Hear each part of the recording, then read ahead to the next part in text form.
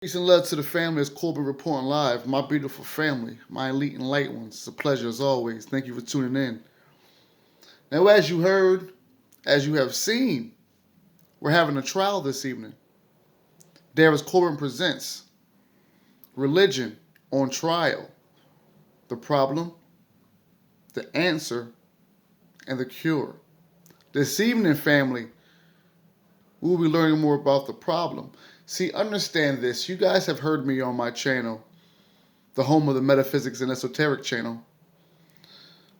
You heard me talk so much about the age of Aquarius.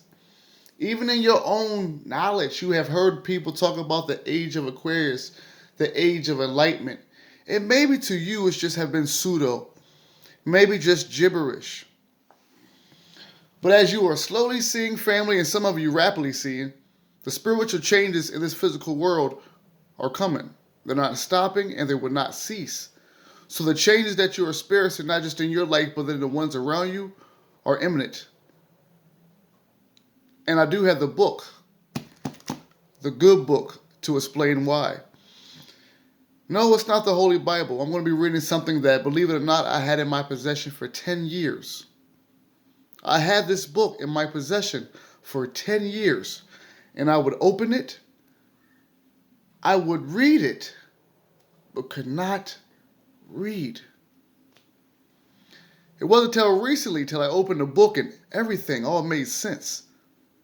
After those 10 years of me opening and not getting nothing out of what I was reading, 10 years later I open it and every answer is literally right there. So, this evening, religion on trial, how, why?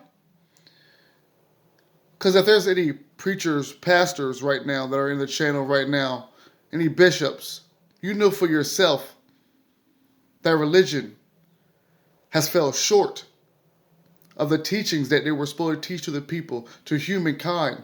That religion has fell short with teaching the human beings on this planet their own inner mission, the growth that the spiritual human being was supposed to cherish and nurture through this whole time in this planet. Bishop, pastors, you too can agree that religion has fell short of delivering Christ's true message of being a divine being. So this evening, we will be putting religion on trial. And my elite and light ones, you will be the judge, the jury, and the execution. Now listen, when I say execution, understand that religion will still play a part now and in the future. But religious leaders understand, if you don't get hip to the truth and to the divine energy of the Mother and the Supreme Father, then everything that you have built thus far will be destroyed, will be outgrown, will be outnumbered by the spiritual divine truth. And to my bishops, my pastors, and my preachers, even to the priest, the Pope, respectively, you guys know of Abraham. You preach of Abraham, God's chosen one. Well, how many of you guys have gone deep into Melchizedek? How many of you Christians, how many of you Islamic leaders, how many of you guys have sat back and taught the teachings of Melchizedek, the one who taught Abraham? See, when you look at the ancient teachings of Melchizedek and the order of Melchizedek, well, you see that Melchizedek was born of no mother, no father, had no siblings. He created himself, the one who taught Abraham. So, I have a lot of time, but not that much time. So I'm going to go in straight on to religion on trial. The problem, the answer, and the cure. So listen with your heart, focus with your soul. We're about to go. And of course, if you got pens and pads, get those ready as well. Religion achieves its highest social ministry when it has least connection with the secular institutions of society. In past ages, since social reforms were largely confined to the moral realms, religion did not have to adjust its attitude to extensive changes in economic and political systems. The chief problem of religion was the endeavor to replace evil with good within the existing social order of political and economic culture. Religion has thus indirectly tended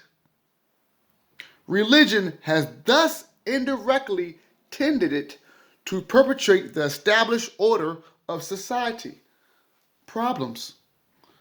To foster the maintenance of the existing type of civilization. Now let me read that one more time. Religion has thus indirectly tended to perpetuate the established order of society to foster the maintenance of the existence type of civilization. Problem of many. But religion should not be directly concerned either with the creation of new social orders or with the preservation of old ones. True religion does impose violence as a technique of social evolution, but does not impose the intelligent efforts of society to adapt its usage and adjust its institution to new economic conditions and cultural requirements. Religion did approve the occasional social reforms of past centuries, but in the 20th century, it is of necessity called upon to face a judgment to extensive and continuing social reconstruction. Conditions of living altered so rapidly that institutional modifications must be greatly accelerated and religion must be accordingly quickened its adaptation to this new and ever-changing social order. Mechanical inventions and the dissemination of knowledge are modifying civilizations. Certain economic adjustments and social changes are imperative if cultural disaster is to be avoided. This new and oncoming social order will not settle down complacently for a millennium. The human race must reconcile to a procession of changes, adjustments, and readjustments. Let me read that again. The human race must reconcile to a procession of changes, adjustments, and readjustments. Mankind is on the march to a new and unrevealed planetary destiny.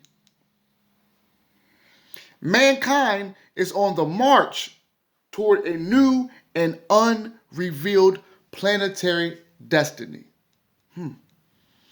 Religion must become a forceful influence for moral stability and spiritual progression, functioning dynamically in the midst of these ever-changing conditions and never-ending economic adjustments. Urantia society. Let me stop right there, family. I didn't even tell you what I was reading. The book, the Urantia book, revealing the mysteries of God, the universe, world history, Jesus, and ourselves. In part 2, I'll be going more on this book, but right now, like I told you, I need you to listen with your heart and focus with your soul. Let's see where we're at now. Urantia society, and once again, Urantia is another name for planet Earth. Just like you heard of Gaia, which is Gaia, which is another name, an ancient name for planet Earth. Urantia is also another ancient name. And once again, if you want me to spell it one more time, Urantia. But let's go back in. Urantia society can never hope to settle down as in past ages. So it's saying planet Earth. So when you hear Urantia, think of planet Earth, or which it is saying planet Earth, another name. Urantia society can never hope to settle down as in past ages. The social ship has steamed out of the sheltered bays of established tradition and has begun its cruise upon the high seas of evolutionary destiny. And the soul of man, as never before in the world's history, needs carefully to scrutinize its charts of morality and painstakingly to observe the compass of religious guidance.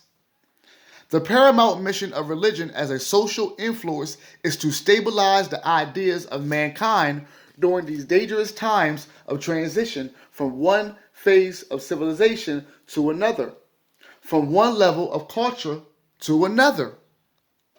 Religion has no duties to perform, but it is urgently called upon to function as a wise guide and experienced counselor in all of these new and rapidly changing human situations.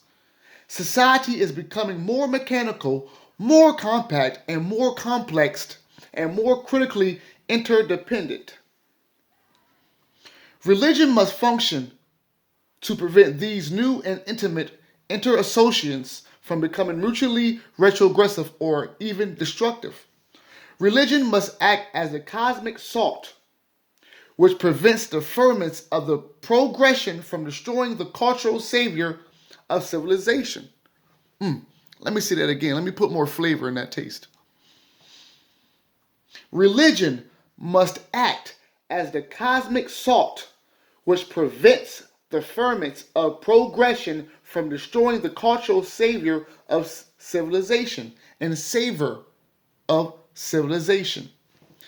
These new social relations and economic upheavals can result in lasting brotherhood only by the ministry of religion. A godless humanitarianism is, humanly speaking, a noble gesture, but true religion is the only power which can lastly increase the responsiveness of one social group to the needs and sufferings of other groups. In the past, institutional religion, and listen to this word because they really go in on institutional religion. Let's go back in. In the past, institutional religion could remain passive while the upper strata of society turned a deaf ear to the sufferings and oppression of the helpless lower strata. Excuse me. But in modern times, these lower social orders are no longer so objectively ignorant, nor so politically helpless. Listen.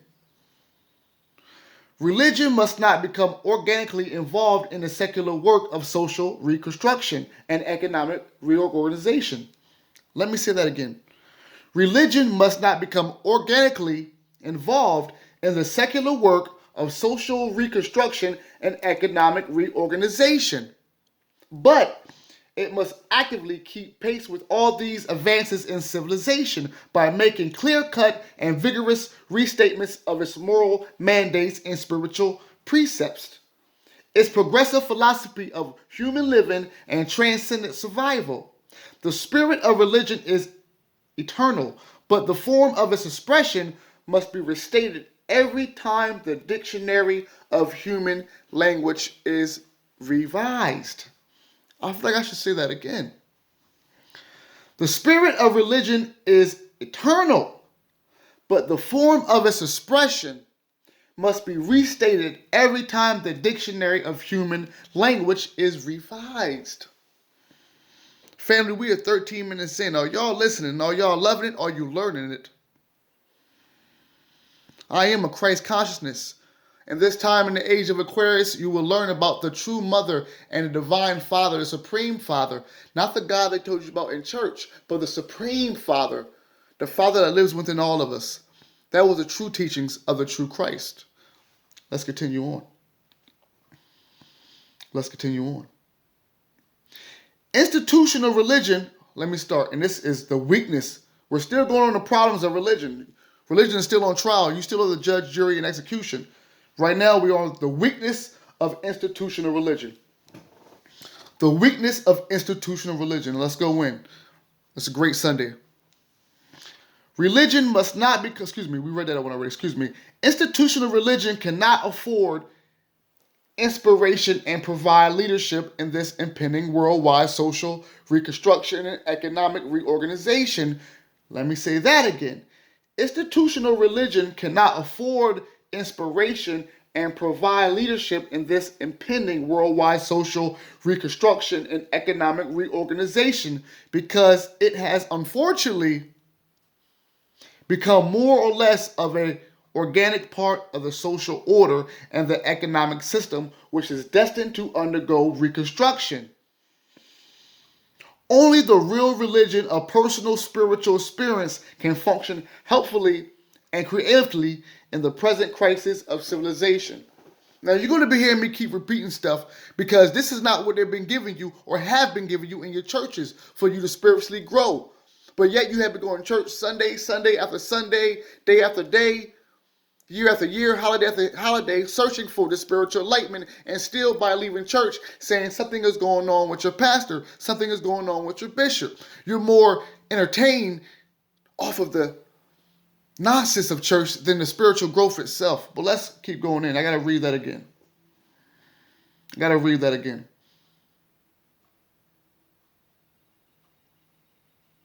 Institutional religion cannot afford inspiration and provide leadership in this impending worldwide social reconstruction and economic reorganization because it has unfortunately become more or less of an organic part of the social order and the economic system, which is destined to undergo reconstruction. Only the real religion of personal spiritual experience can function healthily and creatively in the present crisis of civilization. And may I stop and say that this book was published in 1955. And once I go into part 2 on the origins, and you can do your research because you know, my elite enlightened ones, you're supposed to have a pen and pad every time you click on my videos. So you do your own research, you're going to see how spiritual and how cosmic this goes. But let's keep on going. Institutional religion is now, listen, family. Institutional religion is now caught in the stalemate of a vicious circle.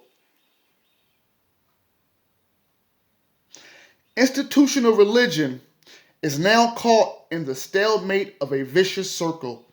It cannot reconstruct society without first reconstructing itself. And being so much an integral part of the established order, it cannot reconstruct itself until society has been radically reconstructed.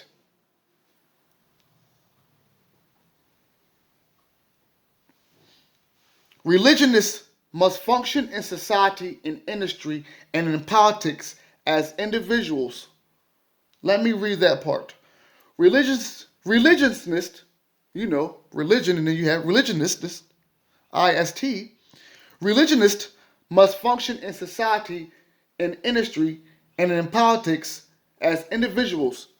And when we say religionist people, we're talking about the pastors, the preachers, the bishops, all them. Religiousness must function in society, in industry, and in politics as individuals, not as groups, not as parties or institutions. A religious group which presumes to function as such, apart from religious activities, immediately becomes a political party, a economic organization, or a social institution. Religious collectivism must confine its efforts to the furtherance of religious causes. Religionists are of no more value in the task of social reconstruction than non-religionists, except so far as their religion has conferred upon them enhanced cosmic, COSMIC, foresight. I feel like I gotta read that again. Religionists are of no more value in the task of social reconstruction than non-religious, except insofar as their religion has conferred upon them enhanced cosmic foresight and endowed them with that superior social wisdom which is born of the sincere desire to love God, the Supreme Father. Which is born of the sincere desire to love God supremely and to love every man as a brother in the heavenly kingdom. An ideal social order is that in which every man loves his neighbor as he loves himself. The institutionalized church may have appeared to serve society in the past. Are you guys listening up? I hope you are. The institutionalized church may have appeared to serve society in the past, by glorifying the established political and economic orders, but it must speedily, and it says, but it must speedily cease such action if it is to survive. Its only proper attitude consists in the teachings of nonviolence, the doctrine of peaceful evolution in the place of violent revolution, peace on earth and goodwill among all men. Modern religion finds it difficult to adjust its attitude toward the rapidly shifting social changes only because it has permitted itself to become so thoroughly traditionalized, dogmatized, and institutionalized. The religion of living experience finds no difficulty in keeping ahead of all these social developments and economic upheavals, amid which it ever functioned as a moral stabilizer, social guide, and spiritual pilot. True religion carries over from one age to another the worthwhile culture and that wisdom which is born of the experience of knowing God and striving to be like Him. Now, do I got 21 minutes left, don't I? I got 21 minutes left. My part two might be a part two. Let's keep on going because I have studied a lot in my young life. Our cosmics, our heritage goes back to the stars, back to the planets, back to the dimensions. We are star beings, but let me say this. Race has played a part in everything from the cosmos to the planet Earth, and it's going to stop now.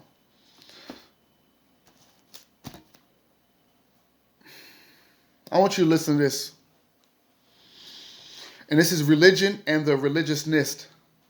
So once again, when you say religiousnist, religionist, we're pretty much talking about your preachers, your pastors, your bishops. Listen closely. Listen. Early Christianity was entirely free from all civil entanglements. Social commitments and economic alliances only did later institutionalized Christianity became an organic part of the political and social structure of Occidental civilization. And that's Occidental. The kingdom of heaven is neither a social nor economic order. It is an exclusively spiritual brotherhood of God-knowing individuals. True, such a brotherhood is in itself a new and amazing social phenomenon attended by astounding political and economic repercussions. The religionist is not unsympathetic without social suffering, not unmindful of civil injustice, not insulated from economic from economic thinking, neither insensible to political tyranny. Religion influences social reconstruction directly because it spiritualizes and idolizes the individual citizen. Indirectly, cultural civilization is influenced by the attitude of these individuals, religionists, as they become active and influential members of various social, moral, economic, and political groups. The attainment of a high cultural civilization demands first the ideal type of citizen and then ideal and adequate social mechanism wherewith such a criticism may control the economic and political institution of such an advanced human society. The church, because of overmuch false sentiment, and remember I was telling y'all listen a while ago, I'm going to need you to really listen this time.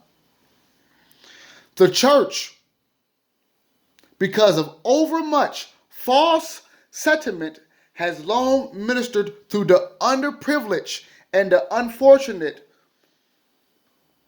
melanated people, black people. I want you to listen, because every race except the melanated black race seems to understand this except us. The Caucasoids, white people understand it, Asian people understand it, the Latinas, everybody understands it except the melanated people in American society. So if you understand the words that are coming from my mouth, the words that are coming out of my mouth, then listen and read this. The church, this is Sunday now. The church, because of overmuch false sentiment, has long ministered to the underprivileged and the unfortunate.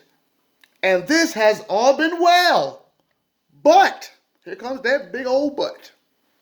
But, this same sentiment has led to the unwise perpetration of racially degenerate stocks which have tremendously retarded the progress of civilization. I know a lot of y'all went to college, so you can understand these big words that are coming out of my mouth. I'm going to read that one more time. The church, because of overmuch false sentiment, has long ministered to the underprivileged and the unfortunate. And this has all been well. But this same sentiment has led to the unwise perpetration of racial degenerate stocks, which have tremendously retarded the progress of civilization, meaning life in itself. The lies you put in the church retarded, degenerated a whole race of melanated people, and we still paying for it, and y'all still. Many individual social reconstructionists, while vehemently reputing institutionalized religion, are, after all, zealously religious in the propagation of their social reforms. Let me read that again. Many individual social reconstructionists, while vehemently reputing institutionalized religion, are, after all, zealously religious in the propagation of their social reforms. And so it is that religious motivation, personal and more or less unrecognized, is playing a great part in the present day program of social reconstruction. I'm Christ coming over, knocking over the tables over. I'm Christ walking in present day, modern day, knocking the tables over. It's time for y'all to stop playing with the spiritual people on this planet. The great weakness of all this unrecognized and unconscious type of religious activity is that it is unable to profit from open religious criticism. Let me read that again. The great weakness of all this unrecognized and unconscious type of the religious activity is that it is unable to profit from open religious criticism and thereby attain to profitable levels of self-correction. It is a fact that religion does not grow unless it is disciplined by constructive criticism. And I always tell people, whoever met me, say, I love constructive criticism. That's how you grow. That's how I have grown. So let me read that part again, because I'm not worried about the time. We almost out. But I know y'all were like, damn, I know y'all felt this. You can't even tell me you didn't. Hit the like, leave a comment. I love it all. You can't tell me this presentation ain't hit you different. And this is part one, the problem, because I got the answer and cure for you. But hold on. We got to address the problem.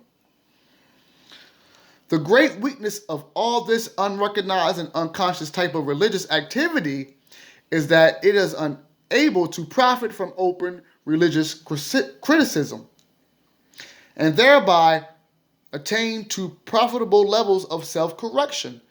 It is a fact that religion does not grow unless it is disciplined by constructive criticism, amplified by philosophy, purified by science, and nourished by loyal fellowship.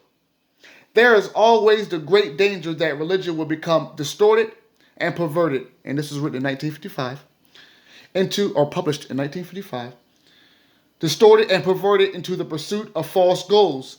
And when in times of war, each contending nation prostitutes its religion into military propaganda. Loveless zeal is always harmful to religion, while persecution diverts the activities of religion into achievement of some social logic or theologic drive. Religion can be kept free from unholy secular alliances only by, and I'm going to give you guys these 5. It says, religion can be kept free from unholy secular alliances only by, and let's go. Number 1, a critically corrective philosophy. Number 2, freedom from all social, economic, and political alliances. Number 3, creative, comforting, and love-spreading fellowships. Number 4, progressive enhancement of spiritual insight and the appreciation of cosmic values. The stars. Prevention, and number 5, prevention of phantasm by the compensation of the scientific mental attitude. Religionists as a group must never concern themselves with anything but religion. Religiousness, preachers, pastors, bishops, as a group must never concern themselves with anything but religion. Albeit, any one such religiousness as an individual citizen may become the outstanding leader of some social, economic, or political reconstruction movement. It is the business of religion to create, sustain, and inspire such a cosmic loyalty in the individual citizen as will direct him to the achievement of success in the advancement of all these difficult but desirable social services. Now, family, I'm going to stop right there. Please do not hesitate or be scared to leave a comment. I am always interested to what you guys are hearing or listening to and digesting from my words, and understand that we are Christ consciousness beings. Religion duty was to bring people from different demographics, geographics together. But it all comes from the love of the one source, the Supreme Father, with the help of the Mother God, the nurture, the fertility, the love, the compassion. That unity together is us. So if the churches are not teaching that, then they're going to have to take a seat back, all the way back, and let the spiritual Christ consciousness beings that are here now, and they're going to be here to shift this world into a higher vibration. Believe in yourself, because Christ is inside of you. Think higher of yourself, because God is within you. You don't have to look in the skies. The temple is you. Know that you are greater by using your imagination, minding your thoughts. I am with you always. I am that I am. Part 2 coming soon. Peace.